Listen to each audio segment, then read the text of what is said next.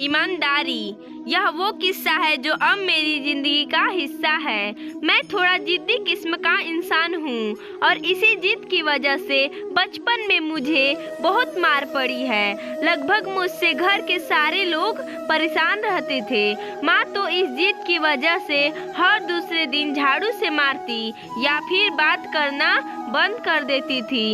इसलिए मैं भी थोड़ा चिढ़ा चिढ़ा सा रहता था। लेकिन इन सब रंजिशों के बीच एक शख्स चुपचाप मेरे साथ खड़ा रहता था। वो थे मेरे पापा। हाथ उठाना तो दूर की बात है, मुझे तो यह भी याद नहीं है कि आखिरी बार उन्होंने मुझसे ऊंची आवाज़ में बात कब की थी। हूबहू मेरी तरह दिखते हैं वो, क्योंकि पापा हमेशा कहते हैं कि जितना मैं उनसे सीखता हूँ उतना वह भी मुझसे सीखते हैं। बाप बेटे के रिश्ते से पहले हमारे बीच दोस्ती का रिश्ता है। जैसे दोस्त एक दूसरे के बिना कुछ कहे आंखों ही आंखों में एक दूसरे का हाल समझ लेते हैं, बिल्कुल वैसा ही हमारा भी रिश्ता है। पापा मुझसे कभी किसी के लिए मना नहीं करते। जब मैं उनसे कहीं जाने को कहता या फिर कुछ करने को पूछता तो वह सिर्फ एक बात बोलते हैं कि बेटा, अगर तुम्हें यह गलत नहीं लग रहा है तो करो।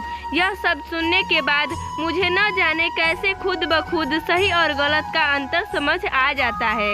यह बात उस समय की है जब मैं क्लास 4 में पढ़ता था। ठीक 1 तारीख को पापा की तनख्वाह आती और महीने के पहले रविवार की शाम पापा और मैं महीने भर का राशन लेने के लिए एक साथ जाते थे।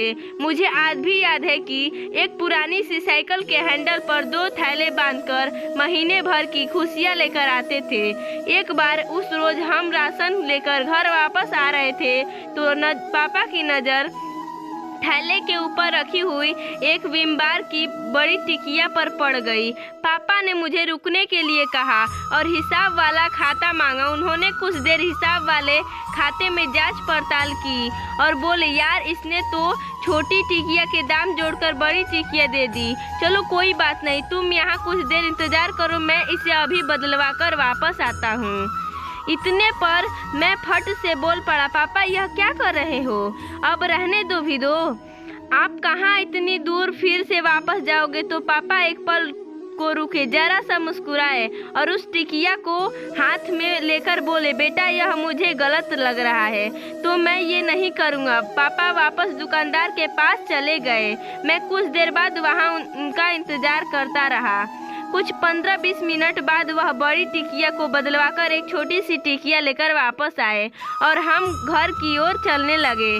रास्ते में पापा ने एक हाथ से साइकिल को संभाला और दूसरा हाथ मेरे कंधे पर रखते हुए बोले, बेटा ईमानदारी किसी और से नहीं की जाती, ईमानदारी खुद से की जाती है। ईमानदारी हर उस चीज़ में होनी चाहिए जिसे तुम दिल से करते हो। तब जाकर यह समझ में आया कि ईमानदारी सिर्फ पैसों की मोहताज नहीं होती।